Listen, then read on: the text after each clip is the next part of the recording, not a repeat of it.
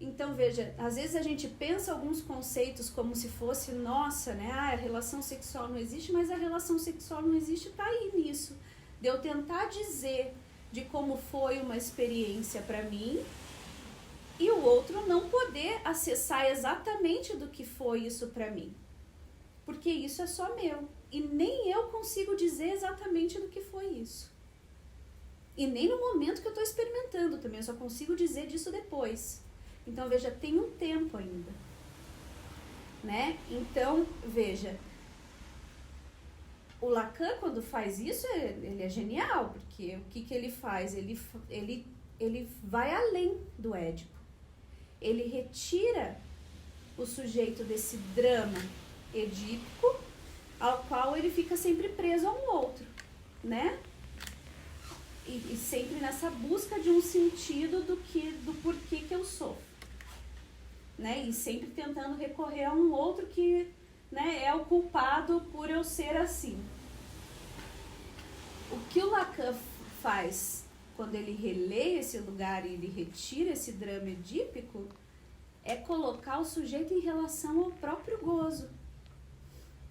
Ou seja, não se trata mais da relação, né, novamente, do sujeito com o outro, mas da relação que cada um estabelece com o próprio gozo, ou seja, com esse outro que habita em si. Então, né, por isso que inscrever-se, né, como homem e mulher, né, não vai ser uma função de identificação, mas sim uma questão de sexuação, ou seja, de uma modalidade de gozo. E só existem, né, duas modalidades de gozo que o Lacan aponta. Uma toda fálica e uma não toda fálica. Uma masculina e uma feminina. Isso significa dizer o quê? Que o feminino, ele por excelência é o outro sexo. Ele é justamente essa função que não se inscreve no inconsciente do sujeito. Por que não se inscreve? Porque toca o corpo. Porque isso é um acontecimento de corpo. Né? Em relação ao feminino, então, a relação com o feminino vai ser sempre de alteridade. Né? Então, veja, essa é uma confusão que a gente precisa separar para poder ler, né? Porque reduzir essa experiência do feminino a uma exclusividade das mulheres é perder de vista justamente esse ponto, né? Porque manter o feminino colado a essa ideia de que é uma particularidade da mulher é manter o feminino como um ideal a ser atingido ou um objeto a ser rechaçado.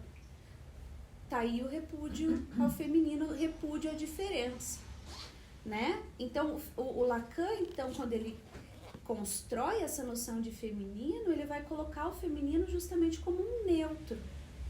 Tá para além do gênero, para além da significação.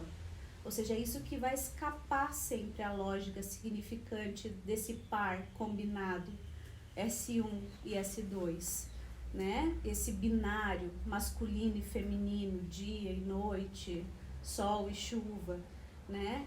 Porque o feminino é justamente isso que escapa à linguagem. É isso que não admite plural. Por isso que o feminino só pode ser, né, só se diz que a mulher pode ser contada uma a uma. E não a mulher enquanto uma mulher, mas justamente a mulher enquanto esse lugar de alteridade, que só pode cada um ser contado um a um. Né? Então, é isso que o Lacan vai chamar de diferença radical. O feminino é a diferença radical de cada um. É isso que é o incompartilhável entre dois.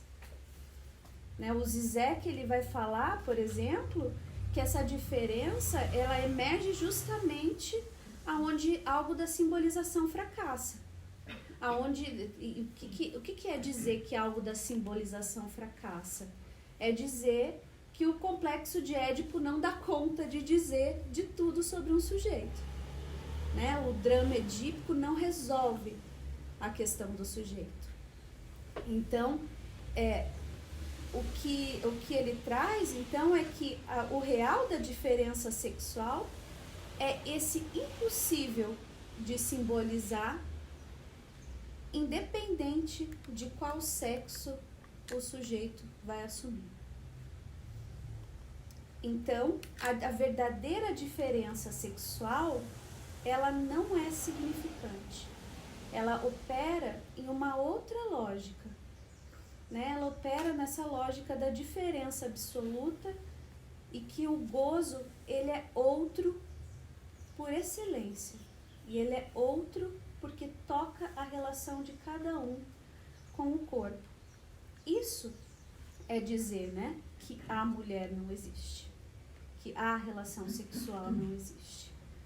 Então, né, como que a gente vai pensar isso, né? O que isso tem a ver com a solidão, por exemplo, né? Porque a solidão, ainda que não tenha sido um conceito, ainda que ela não seja um conceito analítico, tanto Freud quanto Lacan, eles se debruçaram a pensar, né, a relação com a solidão e o feminino, e o Lacan relaciona efetivamente o feminino com a solidão a partir do termo que ele propõe no Seminário 19, o A1, né, como essa marca radical da diferença desse encontro traumático da língua com o corpo, que essa cifra isolada dessa marca, né, dessa fissura que o gozo, né, que o encontro com a linguagem faz, vai produzir essa cifra isolada que ele vai chamar de A1. Então veja, né, como que então a gente pode pensar em falar de solidão, né, se não há sujeito sem o outro, né, sendo que a gente se constitui a partir da relação com o outro. Então, eu vou fazer um percurso com vocês, que eu acho que vai permitir com que a gente possa ler a solidão, né, nesse percurso de articular a solidão a partir dos 3 registros, né, e que vocês vão ver que quando a gente vai para o real, a gente retorna para o simbólico, e é aí que o negócio funciona todo alinhado topologicamente. Então veja, né, da onde que a gente nasce? A gente nasce desse desamparo, né, estrutural, né, dessa condição solitária que o bebezinho nasce frente a isso, né, que é invasivo. Então, esse grito que inaugura o sujeito no mundo é puro grito de solidão. Mas a partir da presença do outro, né, do desejo do outro, ele ganha significação. Ou seja, ele vai passar para o nível da demanda, torna-se choro. É preciso que alguém leia e interprete, que suponha que esse grito está querendo dizer alguma coisa, para que ele passe do estatuto de puro grito para alguma coisa, um apelo ao outro, né? Então veja, por isso que o Lacan vai dizer que nenhum sujeito é causa de si mesmo. É preciso que tenha um outro que banhe e insira esse sujeito na linguagem para que ele possa, né, em algum outro momento falar sozinho. Então, antes da gente falar, somos falados por alguém, né? E essa é a escolha, o Lacan vai propor um termo, né, que é a escolha insondável do ser, que é essa escolha de alienar-se a esse outro, né, que já vai implicar para o sujeito uma primeira perda, que é a perda de ser um organismo vivo para se tornar falta a ser. Ou seja, não há vida sem perda. A gente já entra nesse mundo perdendo, né? E aí que vem uma frase do Lacan no Seminário 20, que eu gosto muito, que ele diz assim, vou fazer citação: quem fala só tem a ver com a solidão. No que diz respeito à relação que posso definir dizendo, como fiz, ela não se pode escrever. Essa solidão, ela, de ruptura do saber, não somente ela se pode escrever, mas ela é o que se escreve por excelência, pois ela é o que de ruptura do ser deixa traço. Ou seja, né?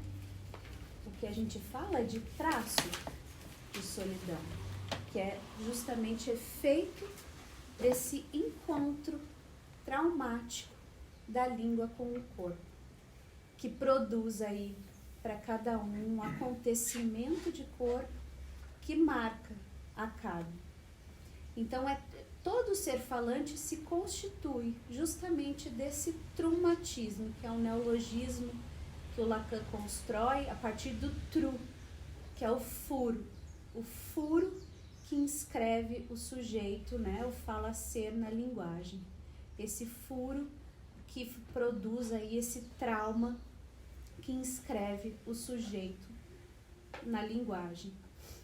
E que cada um precisará se confrontar com esse desafio de encontrar uma solução para esse vazio constituinte, que produz, né, como marca, essa dimensão que a gente chama de gozo.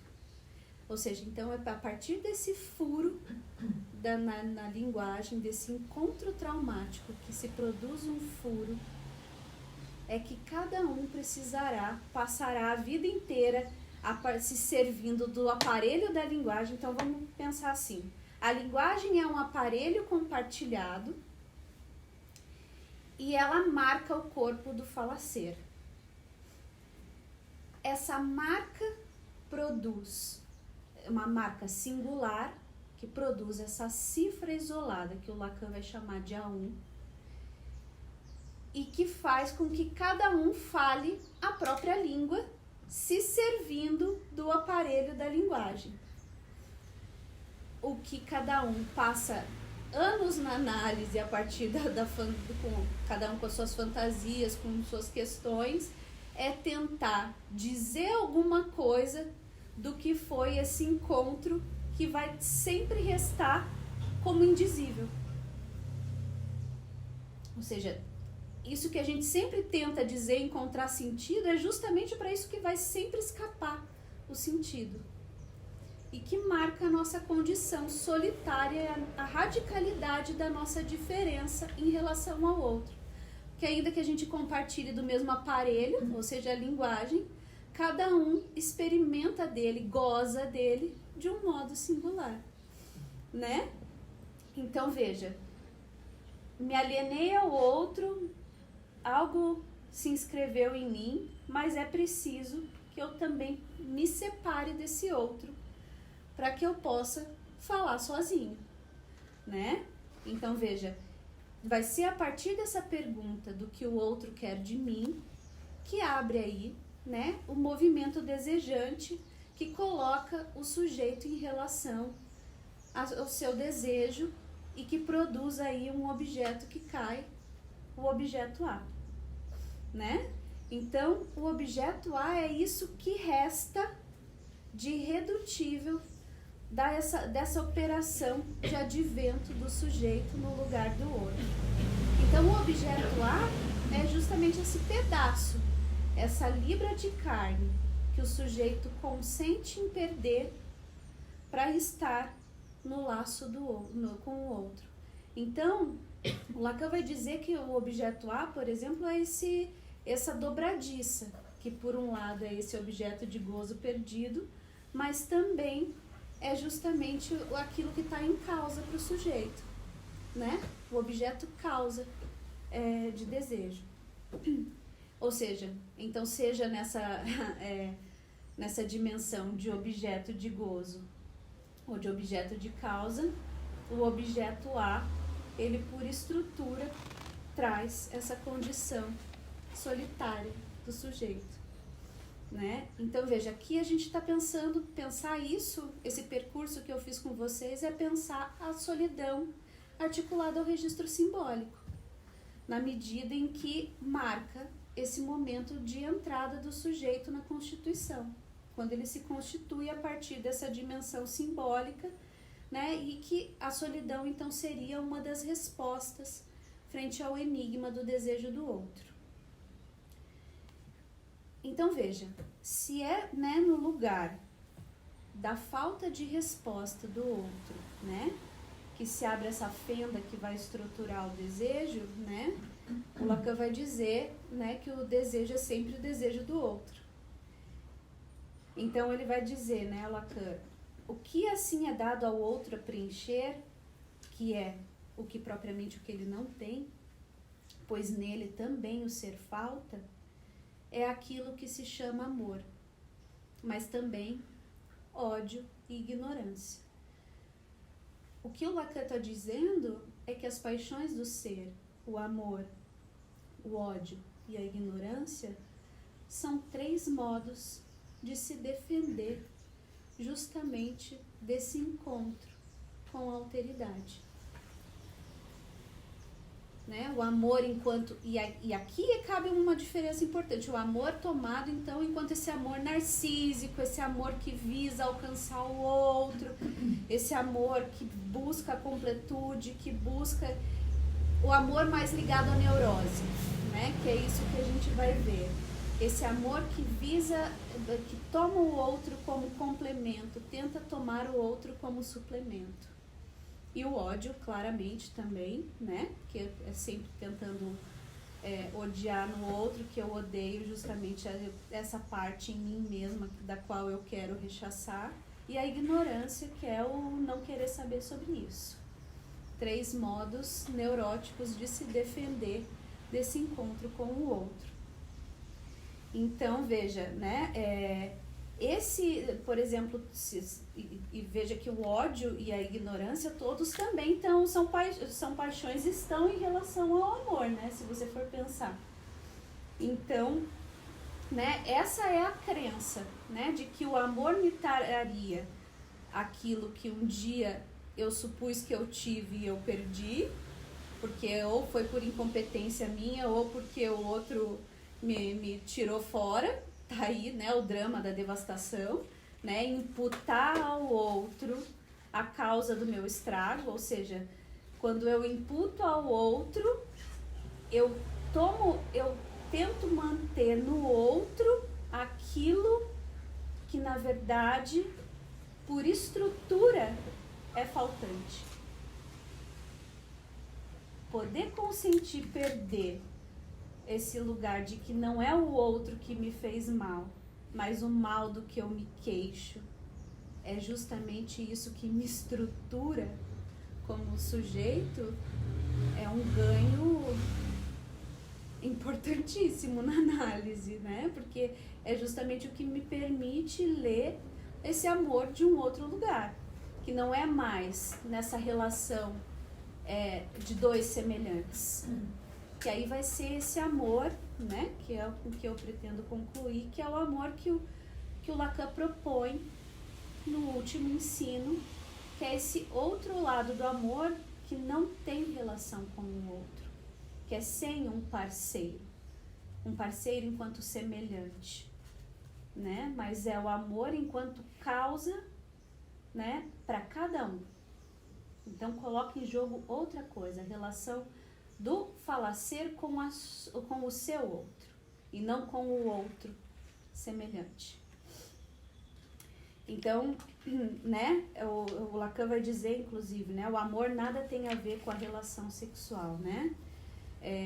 O que isso quer dizer? Né, que para todo ser falante é exilado, né, da relação sexual. E essa é a solidão por excelência, o exílio, essa marca, esse traço de exílio da relação sexual. Ou seja, e vão ser com essas marcas, né, com esse traço de exílio, que é um termo que o Lacan usa no Seminário 20, traço de exílio, que as parcerias, que os encontros serão construídos contingencialmente, né? E aí, por exemplo, que a gente pode localizar o sofrimento neurótico, né? Que a neurose é isso que tenta o tempo todo reaver a falta pela via do amor, né? E já, como eu disse, a neurose é justamente essa saída por excelência que o sujeito encontra para se defender do feminino, para se defender do não todo. O amor seria justamente essa resposta que ele buscaria para tentar tampar o furo da relação sexual que não existe, né? Isso que vai para sempre não cessar de não se escrever. Então, dizer que, né, a relação sexual não existe é dizer que nem tudo pode ser circunscrito pela imagem e pela palavra. Há coisas que permanecem irredutíveis e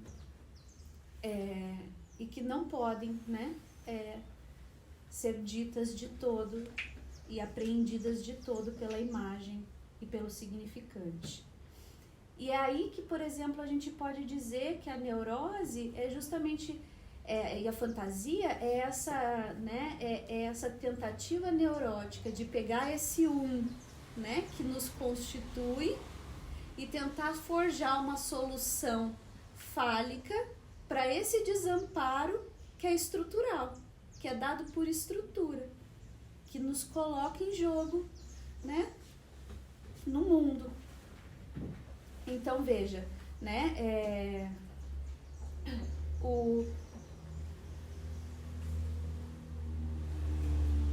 E aí, quando a gente vai pensar o amor por essa via, o amor aparece como um substituto fálico, ele vem como esse complemento. Por exemplo, se a gente pegar a histeria, né? Essa ilusão que a histérica sustenta, de tentar reaver a falta pela via do amor. Então, o que ela faz? Ela se apega ao amor na tentativa de se afastar do não todo, colocando-se ou buscando ser a mulher, ou seja, o que ela deseja, ela é ser única, né? E do lugar de única, ela cai no lugar de exceção, né? Ou seja, a gente já pôde construir que a neurose é masculina. Ela cai nesse lugar de exceção. Na posição masculina, o que acontece? É sempre em relação a um todo, há um que escapa à castração. Ela quer ser única e desse lugar ela cai de cabeça na solidão, né? Na tentativa de ser única, ela se afasta de ser uma mulher, né? Ela busca ser toda para alguém, única. E desse lugar não é possível um laço com o outro. Então, veja, é aí que a solidão aparece no seu viés imaginário. E o amor seria justamente esse modo de tentar tomar, né? Aparecer como esse suplemento que daria essa consistência à imagem, fazendo existir uma totalidade para o sujeito. E aqui que cabe também, né, se a gente pensar nesse tempo, a diferença entre solidão e isolamento, por exemplo. Porque, né, solidão é uma coisa, isolamento é outra. Isolar-se, né, é uma saída defensiva e um meio de evitar a solidão. Porque, veja, né, no isolamento que se constrói é um muro, né, há uma exclusão do outro. Seja por uma fantasia, pelo delírio, pela toxicomania, né? Na solidão, o outro comparece, mas o que há é uma fronteira que me separa do outro. E no isolamento, por não conseguir construir essa fronteira com o outro, eu construo um muro para poder me separar do outro. Ou seja, esse outro está mais consistente do que nunca, né? Na solidão eu construo um saber fazer com esse outro, né? Então o que se constrói é justamente uma parede. E quando a gente fala do muro, né, não tem como não lembrar daquele poema do Antonito Dal, que o Lacan vai citar no Função e Campo da Fala e da Linguagem em Psicanálise, né? Que ele vai dizer: entre o homem e o amor existe a mulher. Entre o homem e a mulher existe um mundo. Entre o homem e o mundo existe um muro. Então veja, o muro que separa os sexos é o muro da linguagem. É aí que o Lacan vai propor o neologismo amuro, que é um amor que ele reconhece o furo, ele não nega o furo, porque ele carrega consigo justamente a marca da solidão do único. Em contrapartida, ele também constrói um outro termo que é o amódio, que o amódio, ele está justamente do lado da segregação, né? Desse outro que fica consistente e que eu preciso o tempo todo odiar para poder minimamente marcar uma diferença. Então não há uma separação entre eu e o outro. O ódio vem como essa tentativa de marcar uma diferença sem se separar.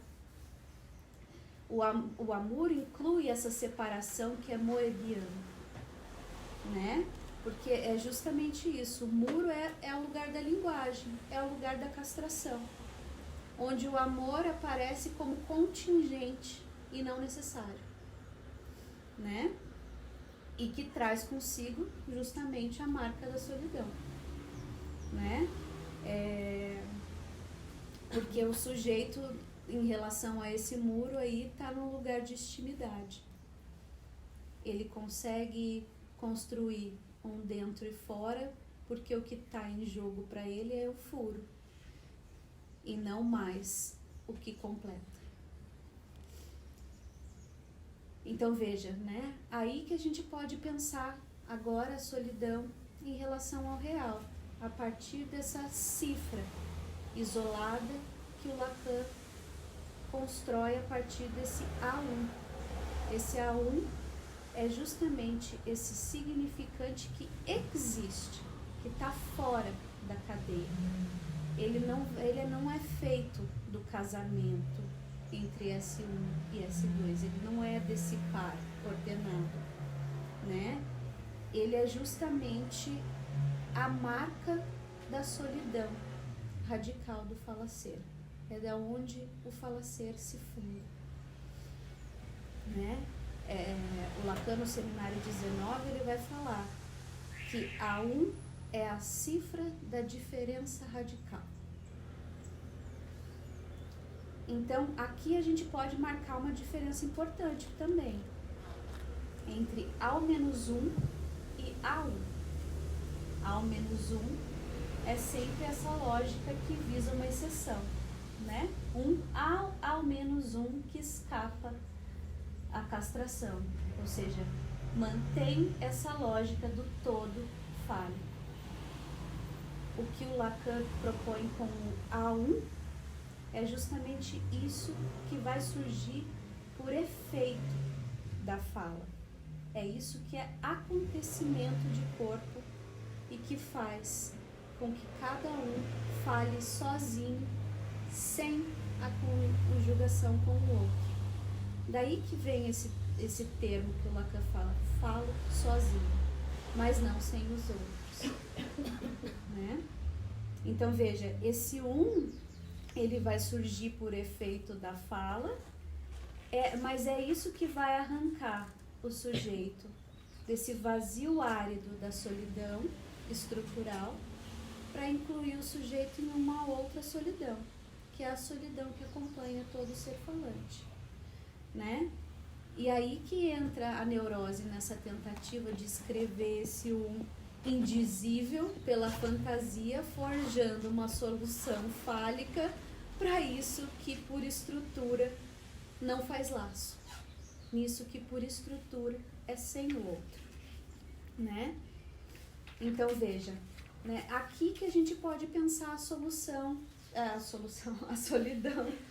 Ai, essa é a minha questão, assim, pelo menos uma vez eu falo solidão como solução. Talvez seja por isso que eu esteja fazendo mestrado, estudando esse tema, né? Tentando encontrar uma solução para isso que não tem solução.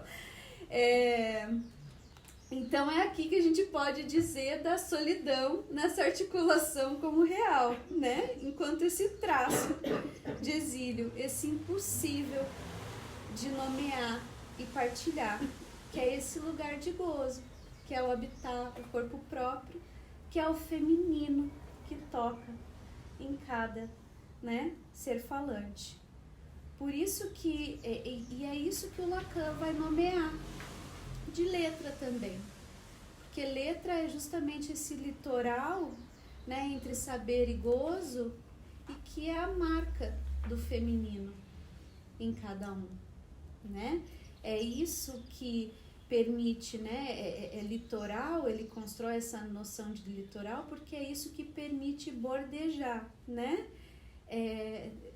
Que essas duas é um contorno. Se a gente vai pensar, né, essa ideia do litoral, são duas superfícies heterogêneas que se encontram, mas não se misturam, né? O encontro da água com a areia, né? São duas superfícies heterogêneas que se encontram, não se misturam, mas a gente não sabe muito bem onde começa uma e termina a outra. Diferente de uma fronteira, por exemplo, onde tem um muro que separa dois espaços que são iguais. Então, veja, essa é a relação do sujeito com o próprio gozo. Isso carrega essa noção de intimidade. Porque é isso, é alguma coisa que toca o corpo, delimita um lugar, mas a gente não sabe muito bem onde acontece, não sabe muito bem localizar onde é que tá, mas sabe que acontece, né? Então, é aí que a gente pode, por exemplo, né, já estou concluindo minha fala, gente, pensar o amor, né, articulado a essa noção de exílio, né? E aí, aqui, o amor já não aparece mais como essa completude, mas como um encontro de duas solidões. E aqui não pensando numa parceria amorosa, mas, né, se a gente está aqui em causa, num sábado de manhã, né, para falar de psicanálise, alguma coisa tá tocando em cada um e que não é a mesma coisa, ainda que de algum modo passe por um lugar semelhante. O que está em causa para cada um, nem o próprio sujeito sabe, né? Mas tem alguma coisa que faz com que cada um solitariamente esteja aqui escutando isso que eu estou falando a partir da sua própria relação com o inconsciente. E não a partir do que eu estou falando, mas a partir do que está em causa para cada um. E isso não é partilhado. E aí essa é a proposta que o Lacan vai trazer para esse amor, né? Enquanto isso que enlaça esse um sozinho. E por que o amor faria isso? Porque o gozo feminino, o feminino, ele é sensível justamente ao amor. Porque ele é um apelo ao amor. Na tentativa, e não um apelo nessa via fálica que aí aparece pela via, se manifesta pela devastação. Mas é um apelo ao amor na medida em que o amor pode ser um contorno, um laço frente ao gozo feminino e produzir um laço, uma suplência com justamente o gozo do um sozinho, que é esse gozo que nos funda. E é aqui que a gente amarra, né? Tudo, né? Porque a gente volta para o que nos constitui. Por isso que a gente tem que... O Lacan vai começar a pensar a clínica borromianamente. Ele não joga fora as estruturas clínicas, mas ele vai dizer que o que estrutura o sujeito é essa amarração entre carne e corpo, né? Essa amarração, como que a gente amarra, cada ser falante amarra esse corpo imaginário, esse corpo do espelho com a carne. E isso é como simbólico, ou seja, construindo um simbólico. E esse é o grande mistério de cada falacer, como cada um conseguiu unir carne e corpo. E é aí que o amor apareceria como uma aposta de um laço, disso que enlaçaria o sujeito sintomaticamente, aí o sintoma com TH, porque coloca o sujeito em causa com o objeto A, ou seja, somente é possível esse laço com o amor quando o sujeito consente em perder, né? Ele consente em perder esse lugar do outro com A maiúsculo para poder consentir com o pequeno outro enquanto causa. Ele pede, ele consegue barrar esse grande outro para poder consentir com o pequeno A. Ou seja, ele muda a relação com o objeto A.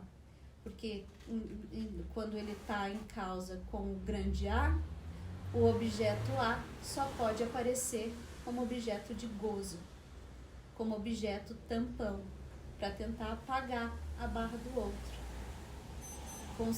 Desconsistir o outro é justamente a aposta corajosa que o sujeito faz em perder a consistência do grande outro simbólico para consentir em colocar em causa justamente a marca radical da sua diferença, que é o objeto A. Por isso que a análise, né, é o lugar por excelência de solidão, né, porque a gente só fala disso. Ainda que a gente tente buscar parceiros o tempo todo, a gente só está falando de como a gente tenta se defender da própria solidão que nos habita. Então, veja, é aqui que a gente pode tomar o amor enquanto um ato de coragem, na medida em que é uma coragem de enfrentar isso que acontece em mim, sem que eu saiba exatamente o que é e sem que eu possa dizer exatamente como é, mas que mesmo assim eu experimento. Disso eu sei, do que eu experimento, ainda que eu não possa dizer exatamente do que é essa experiência. Então, é uma experiência que toca o vivo do corpo, e isso é sem o outro.